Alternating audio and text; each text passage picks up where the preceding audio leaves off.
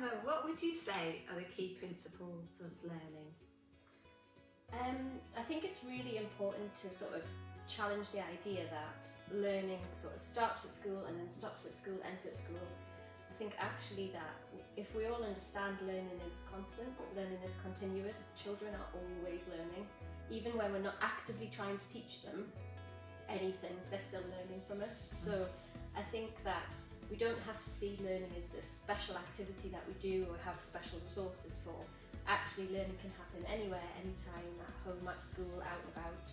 And I think if we remember that, then we can use all sorts of things that happen in daily life as a sort of opportunity for learning. With learning, it's really helpful if you feel motivated and interested. So, you know, anything that comes from the interest or the motivation of the young person is always going to provide a more successful opportunity for learning. So find the things that they really like and go with those. So go with their motivation. Yeah. And how does that fit in with, you know, sort of traditional homework type tasks that get given? Yeah, I think homework is such a challenge and it can be such a battleground, and I think the first thing to say is if that's how it feels, let's just try and abandon that battleground. Don't get into it.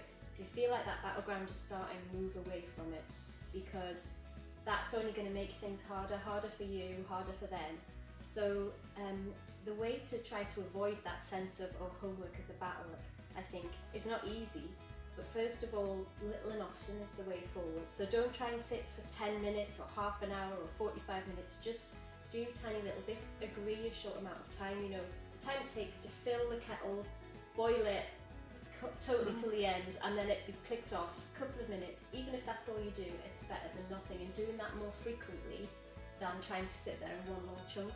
So as well as often as possible, try to make it relatable. So it's really hard with some types of homework, like algebra or, you know, really, really technical scientific homework.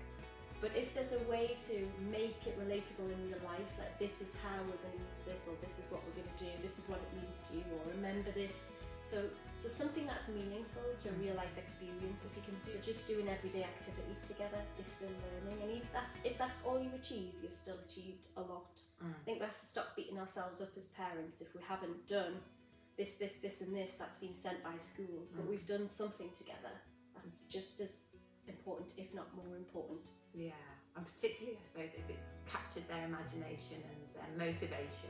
Yeah, totally. But what would you say are the most important messages then about learning?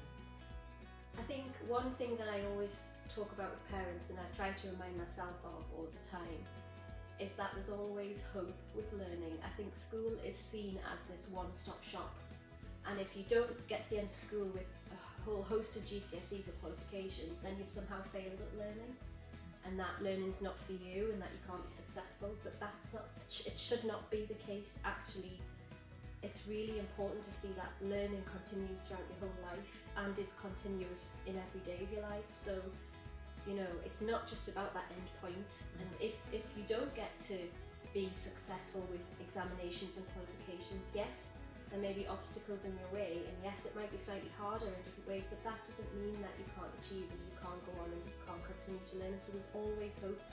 And I think actually it's about feeling motivated and finding the things that you're good at. So hang on to those things, because the world is changing all the time, and the things that we're preparing our children and young people for now and giving them qualifications in, those professions and trades might not exist in 10 years, and a whole set of new ones will.